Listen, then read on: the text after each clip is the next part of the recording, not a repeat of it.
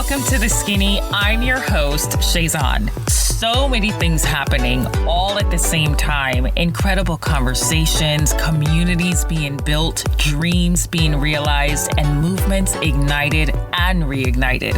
So much to learn and even more to experience. This season on The Skinny, we dig deeper, cutting the fat and getting right down to the nitty-gritty on topics that impact our lives. I'm so excited to highlight amazing stories and facilitate impassioned voices and conversations, eager to share, learn, grow, and evolve with you into even more amazing, enlightened, and empowered souls. So come on, honey bunnies, let's do this. It's showtime. Hi, honey bunnies. Welcome to another episode of The Skinny with Shayzan. I hope you're doing amazing. If this is your first time or you're a returning listener, thank you so much for sharing this time with me. I am sending you the hugest hugs. This is a quote that I want to share with you. I want women to feel at home with MAHNAL, a space of sanctuary as I design. My hope is to connect a part of my spirit and other women's in a way that creates a bond of commonality and learning to be gentle with ourselves as we grow through who we were to who we will become.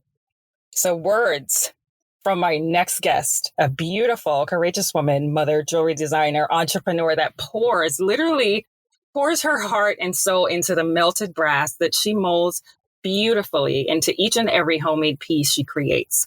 Please help me to welcome this amazing woman, Shayba Muhammad, founder and creator of MAHNAL. Hi, Shayba. Thank you so much for being here. Hi, Shayzan. Yes, I'm really excited. Thank you for having me. All right, so let's jump right in. Reports have shown that women-owned businesses are driving the pandemic, even though the stats that we mainly hear are the ones about the many that have had to, unfortunately, close their doors. And according to an article in PBS NewsHour, 90% of women-owned businesses have no employees other than the owner, and we can all so relate to that. And so many of them were unable to meet the requirements to receive assistance needed to stay afloat. And there's also another side of what's happening, a huge positive side about women-owned businesses that are surviving.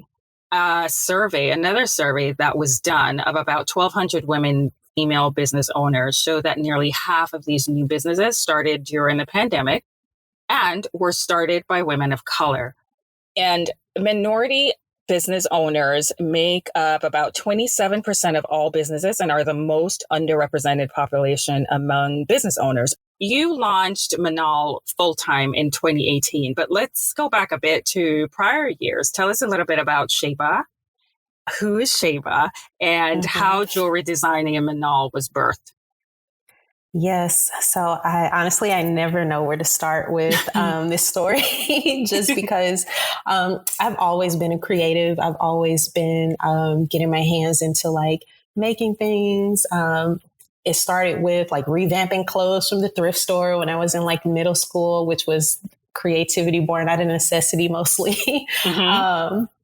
But yeah, fine art, for a long time, I thought I was going to be a fine artist. Eventually, when I was in high school, I fell in love with fashion and I would just pour over these fashion magazines and I was obsessed. And so I really wanted to go to school for fashion design. And actually, I did go to school for fashion design, but I wasn't able to finish. I actually had to drop out because I was in one of those positions where, and I think a lot of people may find themselves in this position, but it was my family didn't make enough for me to continue school, but it was too much for me to receive financial aid. So, long story short, I had to start working. But the blessing in that was I was working as a visual merchandiser and an accessory specialist. And literally, my start to jewelry design was to save myself from spending my money at the place that I worked, buying all the jewelry and all the accessories. So that's literally how I got my start. I was like, you know what? I can totally make this stuff. Let me save myself some money. And then coworkers, friends, family, just people I knew wanted me to make them stuff. And eventually I was like, okay, I think I can do something with this, and it really started from there. I think I started on Etsy and it really just kind of, grew phase by phase like that. I like to research my guests. I like to get to know you before I get to talk to you. And you attended the Art Institute of Chicago for fashion design, like you were mentioning. You went to school for design. Was jewelry design any part of the curriculum? No. So, maybe later on down the line, but as far as what I was able to study, not at all. And there was nothing in my life, nothing in my mind that was like, I'm going to be a jewelry designer. My sights was set on, designing clothes. So I think it's just really interesting that I ended up, becoming a jewelry designer, which I absolutely love. And I'm glad that I chose jewelry design. But I can say, like, even back then, accessories was always something that was like the most exciting and special part to designing clothes, getting dressed on a daily basis. I always felt like it was like those little last details that pulled the entire look together, or just, kind of gave it that extra thing that gave it character. So that the cherry on top. Yeah, exactly. I like how you put that. So do you believe that formal training, you've been in it for a while now, so do you believe that formal training is necessary to be successful at being a jewelry designer? No, I don't think formal training is necessary, but I'll say it depends on what type of learner that you are. Because for me, it was really, I've always enjoyed studying things that I'm interested in. So I'm very much a self-motivated, self-driven person. Well, I'll go and put in the time to get this research and really learn and develop the craft. And, I found people that I could sort of eventually work under and learn under. And eventually I did take a few different classes. It was like at an art center here in St. Louis where you could take classes on different things. But I would say if you're not that person who you can be sort of driven, there's a benefit to being in a classroom setting because everything is sort of laid out for you. It may even save you time because everything is laid out for you. So if you need that structure, I definitely say you can go the formal route. Like there's nothing wrong with that. If you're a person who's like, I'm just going to go out here and learn what I need to learn and kind of develop it the way that I want to develop it. Those are two different approaches. I think it just depends on, how you see yourself as a learner and what you kind of need. So when you started out, I knew that you said that it was kind of like to keep your money in your pocket when you started creating jewelry pieces for your own. But when you went into it in a more professional and intentional way, were you scared when you started? And what were you most afraid of, if anything at all? That's a good question. Was I afraid? I don't think I was afraid of anything. I was in a really unique situation where, so the story, it starts off really, really difficult because right after that job working as a visual merchandiser, I should say, I was actually fired from that job, which was heartbreaking because I loved that job. But that situation, it was like that happened right at the same time that the lease to my apartment was up, and I was living in Chicago. The lease to my apartment was up and nothing was working out, where I was trying to find another job. I was trying to find another place to stay, and literally nothing was working out. And I ended up I knew as a last resort that I would have to move back home, with my family, which I was not trying to do. And I didn't want to leave my boyfriend at the time, who is my husband now, but my boyfriend at the time, I didn't want to leave him. So I ended up having to come to St. Louis, and I was living with my grandmother, who allowed me to live with her rent free. So that was definitely kind of gave me a foundation to kind of dive deeper into the craft of learning jewelry design, which I fully took advantage of that and started to dive deeper into it, which, let me also say, YouTube University is very good thing. That's how I started, metalsmithing. But shortly after that, moving back to St. Louis, about a year later, my father transitioned. He passed away. And I actually don't look at that moment in my life as a negative, or I don't look at it as a dark period in my life at all. I think of it as a huge blessing. And all of those things that went wrong when I was in Chicago and trying to stay in Chicago, me having to come back to St. Louis gave me a year of time with my dad that I wouldn't have had otherwise. And so it allowed me to really be self-reflective and really be intentional. Like, okay, if I still have time on this earth, I'm going to pour it into something I love. I want it to be something that is offering women something beneficial, like really impacting the lives of women through what I love to do. And that whole entire experience was the foundation of how MAHNAL really started. Because I know that you are truly connected to each piece. And these experiences, from your job to the job loss, and there's love that's inside of the dynamics and the decision making, you having to move away from where you want to be, and then being with your dad, and all of these major moments in your life leading up to it. Did this have an impact on the way that you create the aesthetics of your jewelry, and how would you describe the aesthetics of your jewelry line?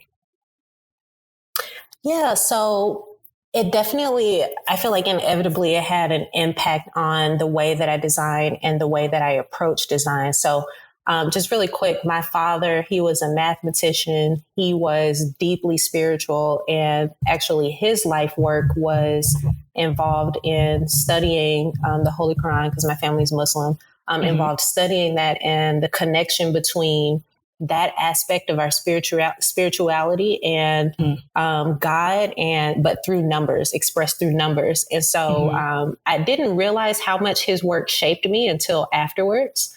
After his transition, because the way that he approached his work is actually how I approach my design. It comes from a very spiritual place. I do a lot of, for example, the names that I give the pieces, they're all named after some sort of aspirational characteristic or attribute or a word that comes out of, a meditative process to get us to dive a little bit deeper into whatever that is within us, to help bring out the best of us and to inspire us to continue moving forward. And so I do a lot of research behind these words. I'll study, what something, for example, the Sol collection, which is, I'm releasing right now, means mud or clay or sounding clay in Arabic. And the meditation behind that was, I started with the word humility, and I said, okay, if this word, this sound had a visual expression, what would it look like in the form of a piece of jewelry? And so I would go through that meditative process. And what came out of that was, well, humility is being open to receive things, is seeing yourself clearly. You don't think more of yourself than you should, but you also don't think less of yourself than you should. Yeah. And so, I said, okay, well, this needs to be a texture that feels soft and able to receive impression. And then that brought, the mud or the clay and the foundational element of, dirt and soil, and how it's something, again, that's on that lower foundational level, but it's rich with value. And then, all of these different things came out of it. And so I did research. I'll do research in Islam, and I'll do research in Christianity, and I'll do research in, oral traditions from African cultures or ancient Chinese, creation myths, and just all these different cultures. And there's actually more that's similar once we get to those foundational elements than there is that's different. And so when I can connect those pieces together, I know, like, okay, this is what this piece needs to mean, because it's really important to me to make sure that whatever I'm sharing is something that is truly going to be beneficial, and not just for my own, theory or something, So with running your business, especially during these times and before, what do you find to be some of the pros and cons to having your own company and having to incorporate all of these factors into being creative and producing and captivating a clientele and just the administrative side of it? What are the pros and cons of it all? Yeah, it's both fulfilling and difficult. That's how I would describe it. And so the difficult part of running your own business is everything that you put into it is everything that, you get out of it. And so always having to I talked about being a self-starter and driven. So nobody's going to be on your back to make your company perform. So you have to be always looking for those areas of opportunity and places where things need to shift or grow or change. And then, just within the past 12 months, I brought on team members for the first time ever, in my business. And so that's a new dynamic, is sort of learning all of these things and continuing to elevate my skill set as the company grows, to give MAHNAL what she needs to grow. So those are the things that I think, I guess, I don't know if I would say that they're cons, but they're challenges, Right. And then the benefits, the rewarding part of it is, getting to be, to bring into reality, to bring to fruition, this vision that I have in my mind. I would say that's the most fulfilling part. And it really makes all of those challenges and all of that hard work, worth it, and seeing the women, how they react to it. And, for a long time, when you're starting something off and you're growing it, it's a whole lot of give before you receive. So it's like pouring all of this stuff into the work. And it's like, I don't know if anybody cares about this. I don't know. You know what I mean? Like, I don't know if this is a thing, like, what I mean? And so, but finally, the women who have the jewelry, the stories that they share, and, even some of the ways that the women find my jewelry, it's almost like magical in a way. And right. Like, I can't even put it into words. So that is one of the most fulfilling parts as well. For moments align. Yeah, exactly. And it's so beautiful. And so it's like, it's just a really beautiful experience. It's challenging. I don't recommend entrepreneurship for everybody. But at the same time, if you have a vision and you have something in your heart that you feel like, okay, I need to bring this thing out and develop it, that's one of the most rewarding things of all of it.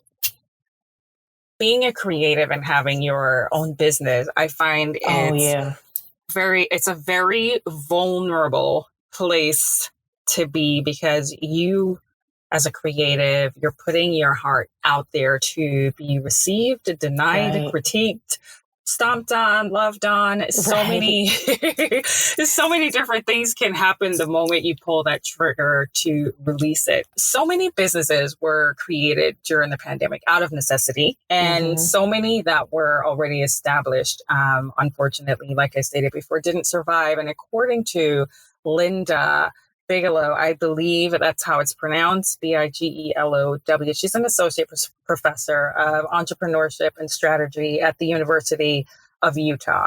And in 2018, women of color were starting businesses at about twice the rate of other women. And this momentum continued, and then the pandemic hit.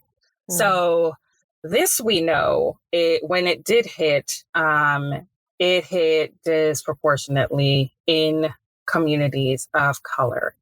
How were or have you been impacted by the pandemic, and what kind of pivots did you have to implement? I know that you said within the last 12 months you brought on team members, but is that one of the ways that you had to pivot, or what are some of the other ways that you had to incorporate into what you had already going on? It's really interesting because when the pandemic hit, my business model has completely, it's like night and day compared to what it was before the pandemic. So before the pandemic, the way that I ran my business is I did a lot of in-person events. I did pop-ups, I did art shows. I would show up, at my retailers and do, events and stuff. And that was my business model. And obviously when the pandemic hit, my whole entire year that I had planned out, all of a sudden it was like, none of that exists anymore. And so, honestly, I thought I was going to have to close the doors to my business. I had things planned. I was starting to work with certain mentors to implement things into my business. And I had to pause on all of that. So I really thought that I was going to have to close the doors to my business. And, one thing that happened that, again, is something that's interesting, is with the killing of George Floyd. So that was something that, in response to it, a lot of people, there was a big push to support Black businesses economically. And when that happened, my shop got a lot of attention. And I'll say shortly before that happened, I realized that my pivot needed to be more present online. If I was going to survive, that would have to be the way to do it. That's where people are, since I can't see them in person anymore. So turning to Instagram, developing my website and everything like that. So I was kind of had myself in place for this influx of attention now on Black businesses. Mm-hmm. And so that was the turning point for my business now being an online business, where this is now where my audience exists, and this is now where my customer base exists. So that was kind of like the transition and the pivot and the roller coaster ride, honestly, that I had to go through, towards that sort of beginning half of 2020, when the whole world changed, Mm-hmm. Mm-hmm. And this, one of the great things, like we're talking about so many that didn't survive and so many that started during that time, but because I like to highlight the highlights,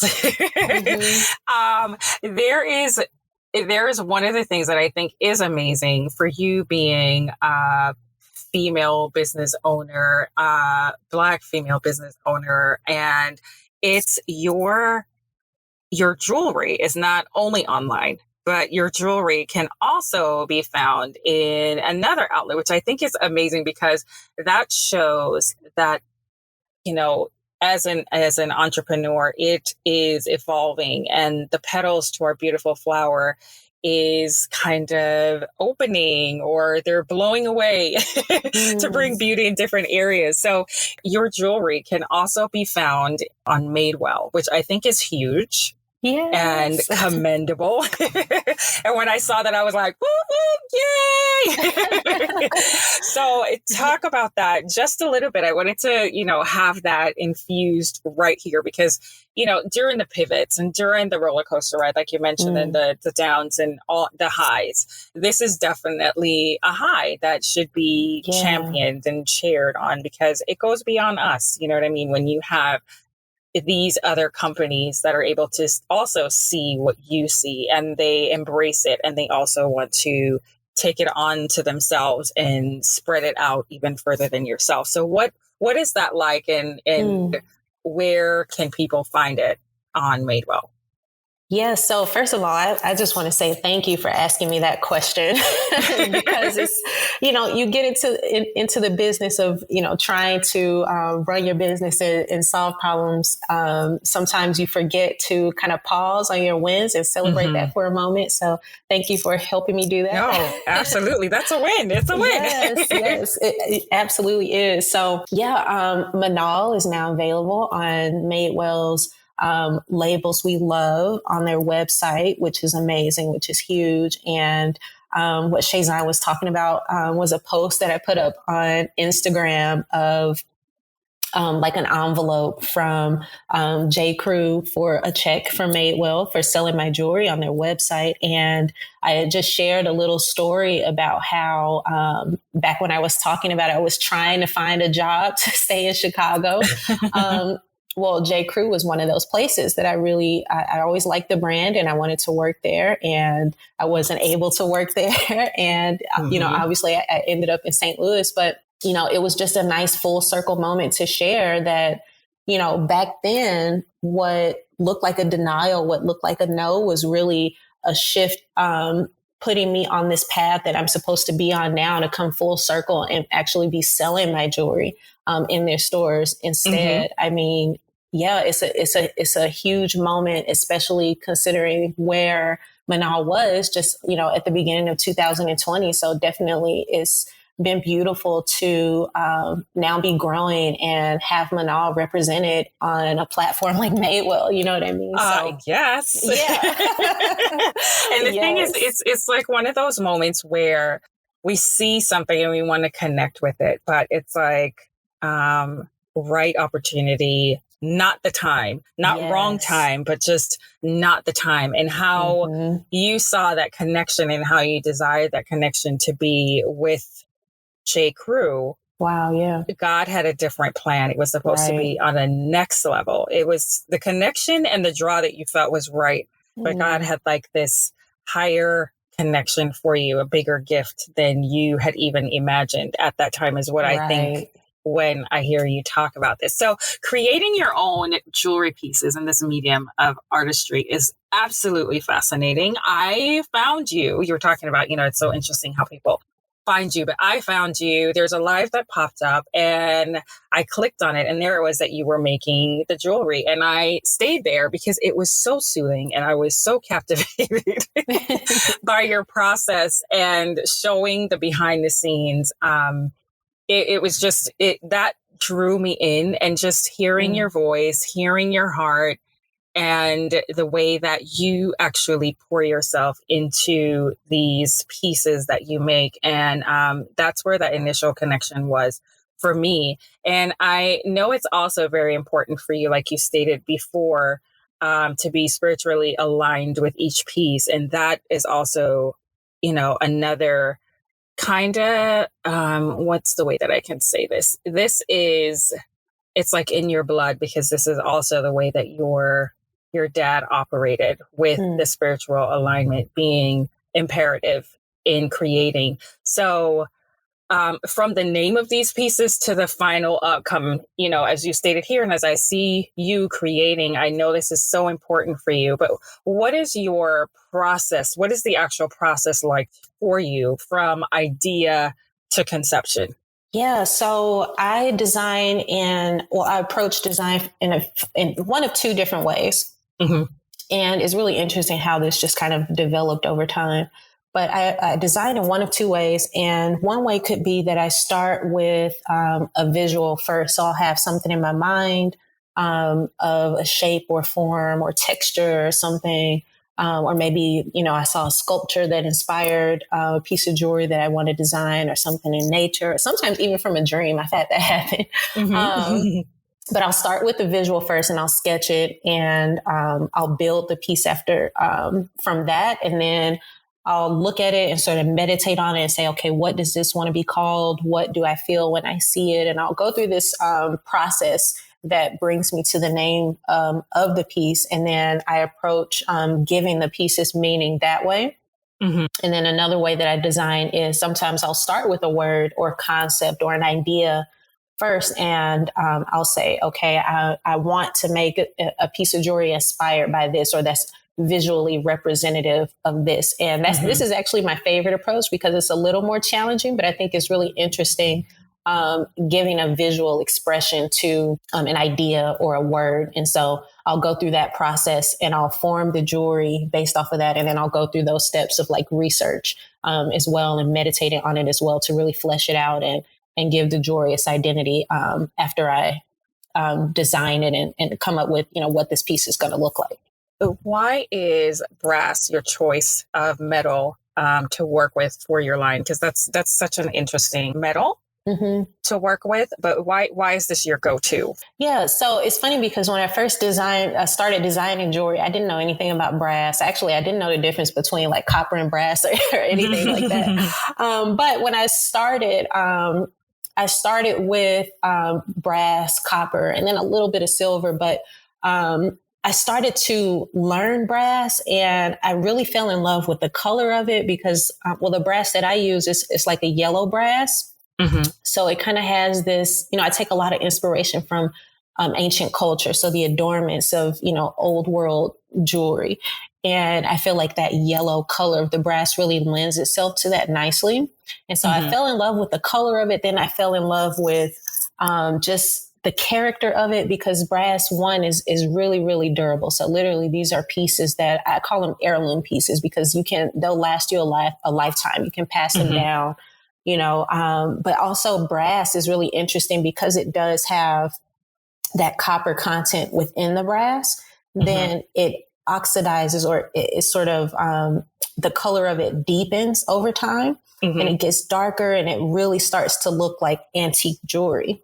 And so I think that's so beautiful that it naturally does that over time. You don't have to do anything to it. But if you don't like that, when we send the jewelry to our customers, they're brightly polished and they're shiny. And so I always tell people you have the option to restore it to that shine. So caring for your brass is really similar to how you would care for your sterling silver jewelry. You can always polish it and bring it back to that bright, shiny finish. So just the versatility of the brass, the fact that it's so durable. I think these are just things that made me fall in love with it. I love my brass. So at the very beginning, you mentioned metalsmith, and I wanted to make sure that everybody is on the same page with what that is. So a metalsmith is a person skilled in making articles of metal, and you are very intentional woman and metalsmith.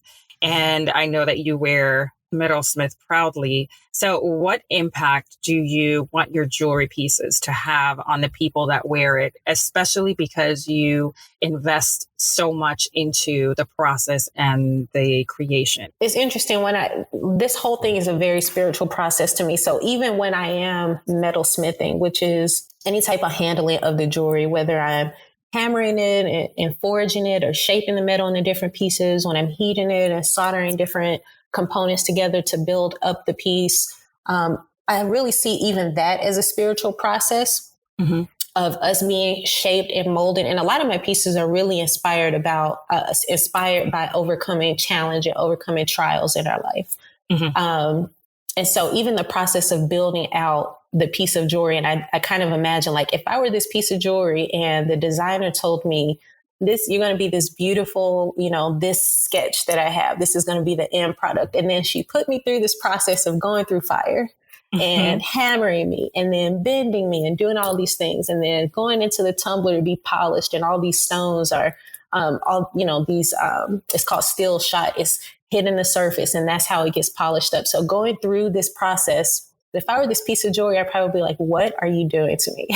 But the end result is this beautiful piece of jewelry that had to go through this process to become what it is. And so when I'm making these pieces and I'm sharing these pieces with women, I want us to have these as wearable reminders for different, and being in different phases of our journey. And that's where, the naming of the pieces and everything comes in. It's like, this is meant to be a wearable reminder that helps you be intentional. So when you look down at the pieces, every single piece, it has little imperfections, little marks here, textures there, that I think make it more interesting and give all of the pieces more character. But it's all meant to be a reminder of us, so that when we're adorning ourselves, we're really celebrating ourselves for who we are and being gentle with ourselves. And just having those little reminders throughout the day while we have on these, beautiful pieces to adorn ourselves. I love that. Did you say it's called still shot or steel shot? Oh, steel shot, STEEL. Okay. With all of that and the different collections that you've created so far, do you have a favorite? Yes. So I feel like I only have one child. I only have one son, but I feel like when I tell people what my favorite is, it's kind of like picking a favorite child. But no, I do have a favorite, which usually is like whatever the most recent like collection or piece that I've designed is my favorite. Yes. So right now, I've been wearing I have two favorites. So right now I've been wearing my saw rings, which are the ones I mentioned are about to be released. Which means the mud or clay in Arabic. So I've been wearing those rings every single day. Those are my girls, my go-to pieces right now. And then I wear my vine earrings, which that one was inspired by ancient Grecian jewelry. Like I said, I'm obsessed with those old world pieces. And I feel like these earrings are just timeless. They're kind of an updated take on like hoops, but they're really lightweight at the same time. So those are my go-to everyday earrings. So those pieces are my top two right now. Okay. And it's funny because when I create and make, that's always a thing where I'm like, I feel like the last thing that I did is my favorite because I'm so excited when I'm done. Then it's like, and with each thing that we're doing, we're learning and probably experimenting or daring ourselves to go a little further than the time before. So it's such a hard thing to choose one thing as a creative, because then you don't want the other pieces to feel offended. Exactly. I love you too. Exactly. That's how I feel. So with all of this, do you ever encounter creative blocks or burnout? How do you overcome that? Yes. So I recently came out of a really long creative block, about a 3-year long creative block.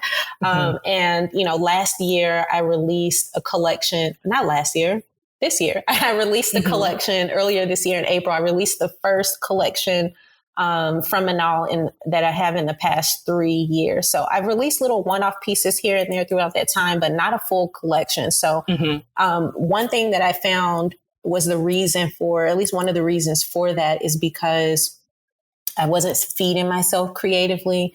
I was focused more on the business end of things. And so one thing that I make sure that I do now is, because you have to have this as a creative, and that's just like chunks of free time where you allow your mind to wander, you explore, you have to be consuming new things that inspire you to generate new ideas. So exploring, allowing my eyes to sort of feast on, beautiful things that gets me really inspired, or learning about learning new lessons in my own experiences, also hearing the experiences of other women that inspires me. My spiritual study and practice inspires me. So just, continuing to keep myself in a position of almost like that childlike curiosity, feeding that. And then I schedule in time for myself to do nothing. That's really, really important, because your mind has to have space to just kind of rest and just kind of be and wander. And, that's just really important. At least for me, that's really important for my creative process, is you have to nurture that part of yourself. I think that's so amazing. Like, schedule time to just be. I think that's incredible. I haven't heard anyone else put it in that way, but it's like just allowing yourself to be poured into, because when you're creative and creating in the way that you're doing, and because you're running a business, it has to be consistently cycling the entire process, the creation. So if you don't include that, then there is that burnout, and there is that emptiness where it's like, how do you continue pouring when you have nothing to give? Exactly. So yeah, I love that you said that. That's really important. So for our listeners, because you have made this sound so fabulous and wonderful, for anyone that's listening, that's interested in jewelry making as a career or a hobby, do you have any recommendations on where or how they can get started? Yeah, absolutely. So if a lot of colleges do have metalsmithing as programs that you can get involved in. Or community colleges, they may have that as well. Another way is, if you want to go the route of like taking the classes and being trained. I know art centers sometimes have classes like that. I took a couple at the local one that we have in my city. Another one that I've mentioned before is YouTube University, the internet. Like, there's not too much that you can't find and learn how to do on the internet now. And that was how I started. I watched YouTube videos. There was an older man that was making a ring on YouTube, and watching him make this ring is literally what inspired me to want to become a metalsmith, because it literally is like magic. And I remember asking him questions in the comments, which the video was so old, I was surprised that he even responded. But he answered my questions, and that was literally how I got started, was by watching YouTube videos, though. So I would say those are some ways that you can sort of avail yourself to if you are interested in getting started in metalsmithing. I know there's also guilds that you can join. There's a lot out there. There are a lot of resources to get involved with it. Thank you for sharing that, because I know a lot of times people are listening and they're like, you know what I mean? Like, how do I do that? How do you even get started with that? And that's what I want the show to be about, is that everyone can leave with something that they didn't have before, an inspiration, a nugget, or something that they can walk away with. That's like that added petal. I always refer to flowers because I am completely obsessed with flowers. Yes, me too. But it's like that added petal that they can add to their flower, which is knowledge and information that they may not have had before. So thank you so much for being transparent in that way. Okay, you touched a little bit before on the impacts post George Floyd, with how it impacted your business, and, how more people found you in that way. And there has been a push during that time. I don't know if the push is so much anymore, but I know during that time, there was a big push for everyone to be more conscious and intentional with shopping small, supporting small businesses, Black-owned businesses, female-owned businesses. There was just a lot of that that was happening during that time. And it was such a beautiful thing. And I won't say that it's stopped completely, because there are so many amazing people, the people who meant it and the people who this became their authentic value, that are still doing it. So I won't say that it's fallen off completely. You saw that happen during that time. Do you find that the mission was effective, and did you see additional positive impacts? I know you said that some people found you in that way, but were there like clients that stuck with it, or were they just, coming around for a little bit and then they're gone? Did you find that mission to be effective on a long-term basis? I would say I have not seen the outpouring in that magnitude since when that, big push was happening, which I expected. I didn't expect it to be something that stuck around forever. I think that's a big ask to make such a shift in, just overnight like that. Because that's a change in, mindset and how we live and how we, shop and how we that's a complete mindset shift. So I wasn't expecting that to last forever. And I really did look at it as like a situation where it's like, okay, this is an opportunity for me, which I was grateful for. And so although a lot of those people did come and go, I have had plenty of customers who found me at that period of time and have continued to support since then. Which, like you said, these are people who are intentional about making that a part of their value system. And so I will say that period of time really gave me the foundation to then grow and build my customer base to the point where it's growing and building now, that I don't know if it would have happened quite the way that, it did if that push was not happening, Right. So I would say it definitely has some lasting benefits, but not at the magnitude as when, that was where everybody's attention was. Your pieces are so intricately made, and there's so many layers to creating each and every piece of jewelry. I have a newfound respect for jewelry, just like the making of it and seeing you do it opened my eyes, and also the appreciation that I have for not just looking at it like, oh, that's pretty, but because I had an opportunity to see the behind the scenes and to see all the stages and steps that it goes into to creating it, regardless of what the metal is. There's that time, and there are no robots making these things. So this is someone's labor and time that's put into it. How long does it typically take you to make each piece? And are all of your pieces made to order? So it varies. It varies. It depends on how sort of complicated the piece is. So up until very recently, I literally made every single piece. I fabricated, or basically fabricated means I made every single piece from scratch by hand. So I would take the sheet metal or the wiring and build each piece up.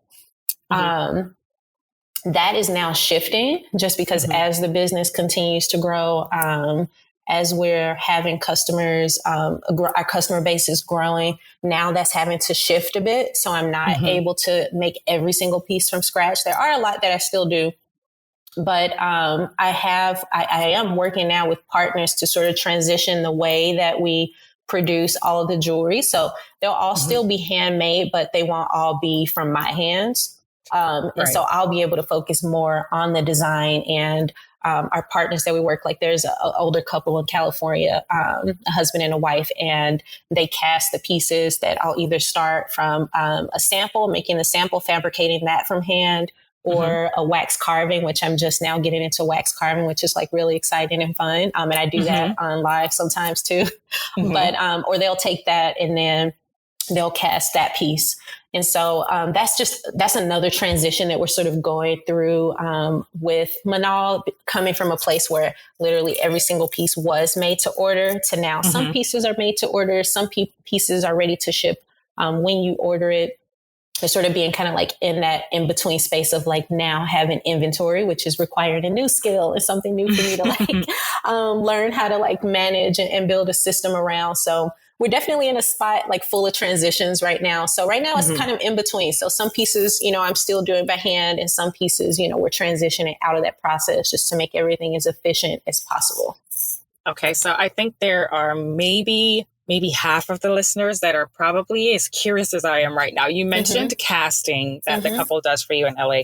What is that? Or is it creating like a mold that then becomes the foundation for mass production, or what exactly is casting? Yeah, so casting is a process of literally taking molten metal, and you pour it into a form. And that form comes from the mold, which comes from a sample or a master of the original piece. And so, so I'll make the original piece either in wax or already in metal. And then they'll create a mold of that original piece. And then they'll pour the molten metal into that mold to then replicate that original piece. And so that's the casting process. And I'm really excited to be going into casting because, as I mentioned, my obsession and love for, old world jewelry and adornments, this is really a process that, with a few updates, but this is really a process that is, centuries old. I don't even know how old, but centuries old that, you look at ancient Peruvian jewelry, you look at ancient Egyptian jewelry or different places in Africa, and you look at, ancient Greek or Roman jewelry, Native American cultures. This is a process that has existed for a really, really long time, and how adornments or jewelry is created and produced. And so I'm really excited to now bring that element into the jewelry now because it's to me, it's magical. Like producing jewelry is never going to lose its magic to me. So I'm excited to be going into that now and doing some wax carving. And that's giving me more freedom in what I'm able to design and create with the jewelry because making everything by hand is a little bit limited in how I can manipulate and move the metal. But doing it in wax now, it gives me so much more freedom and range and what I can do in detail. So it's really exciting transition. All right. So you mentioned Mud Collection earlier with the salsal. Did I pronounce that right? You did. Okay. How is it going? And when is the next release? Yes, so it's going beautifully. Yay. That actual release, the final release, because we've been doing kind of like sneak little flash sales of the collection, and we have our early access list where people get access to that. But the actual release is actually less than a week away. So it's coming, actually it's 1 week away. So it's coming next week. We're going to have our launch party, which is going to be really exciting. And at the launch party, it's pretty much just me like sharing the inspiration behind the collection, trying it on, answering questions. We're also going to do a giveaway, which I haven't even put out there yet, but we're going to do a giveaway, which is really exciting. And then the collection will be open for the public, for everybody to be able to have and shop. So I'm really excited about that. That's fantastic. I have been seeing, I remember when you did the rings and you had a thinner version and you like put out a question to find out if you should do a more statement piece with that same concept, but a little bit thicker. And I was like, woo, make it thicker, make it big, make it big. Yes. And to see it here now. So these are the moments, because I'm like that cheerleader that probably no one knows is cheering for them. But it's like those moments and seeing your process and seeing you grow and all of these things. It's like when I see that, it just becomes like such an exciting moment. I love seeing people grow and evolve and to see their dreams and desires become reality. It just makes me so excited. So I'm always so grateful to be able to do this and to talk to people in this way. And just like get down, dig in there to the nitty gritty parts that, so many times you're just doing and doing, but you don't have an opportunity to kind of like slow down and not only share about it, but maybe just kind of think about it for yourself. You know what I mean? Yeah, in that way. Sure. So yeah. It's one of the things that I love about your company is that you have definitely built your company on a foundation of intention elevation, spiritual awareness of others. So where would you like to see MAHNAL in the next 3 to 5 years? I can tell you exactly where I want to see her. So it's funny because just this morning, my cousin Kenny, who also was actually my first team member to ever join MAHNAL. Last year, my mentor told me to make not a business. He told me to make a vision board for MAHNAL. And I had never in my life made a vision board. As crazy as that sounds, but I made a vision board for MAHNAL and she helped me do it. And just this morning, we revisited the vision board and we were just dreaming about what we're calling right now MAHNAL's home. So literally it's like instead of a storefront, it'll be a house where MAHNAL lives, and then we'll have the showroom in there where you can come and, shop the jewelry. But more than it just being about the jewelry, which you guys can probably guess, it really is more than just about the jewelry, what we're doing. But it's really going to be a place where we can come and have workshops. And we'll have, I envision having a garden in the backyard where literally women can come and there'll be fruits that you can pull and vegetables and literally food you can just pull and on the inside we'll have an area for where we'll have dinners and we'll come and have conversations or whatever it is. And my sister, she's a chef, so I specifically envision her there making some of the amazing international cuisine that she specializes in and really just offering some beautiful experiences to women. I imagine this space really being a place of healthy escapism, where we as women can really come into this space and just feel a little bit of release, feel a little bit of ease, but also inspiration and, engaging in creativity. I mentioned some of the workshops that we'll be having. I think I'm really excited about it. I think about it every single day. So right now we're calling it MAHNAL's home, but that's, to be determined, to be announced. I love the name of that. And I love the idea. And, I'm a visual person, so I'm like picturing all of that. I'm like hearing water outside and seeing the flowers and the vegetables, and inside there's cooking. And because I love to eat and I love my belly, I'll be in there learning, eating, and then the classes. So right now, I am definitely going to believe with you that this is something that we can talk about at that point in actuality, that will happen. I see that for you. I can definitely see that for you. So we went through that. It felt like really fast, but please let everyone know where they can find you. We talked about Madewell through J. Crew, but let everyone know where they can find you, MAHNAL, and all of the beautiful jewelry that you create. Yes, so absolutely. You guys can find us at mahnal.com, which is just MAHN as in Nancy, AL.com. You also can find us at MAHNAL on Instagram. That's good. You're amazing. Well, thank you so much for having me. This was so much fun. I love having you, and it was my pleasure. I'm so glad that we were able to connect with this way. And thank you so much for spending this time with me and for being so transparent.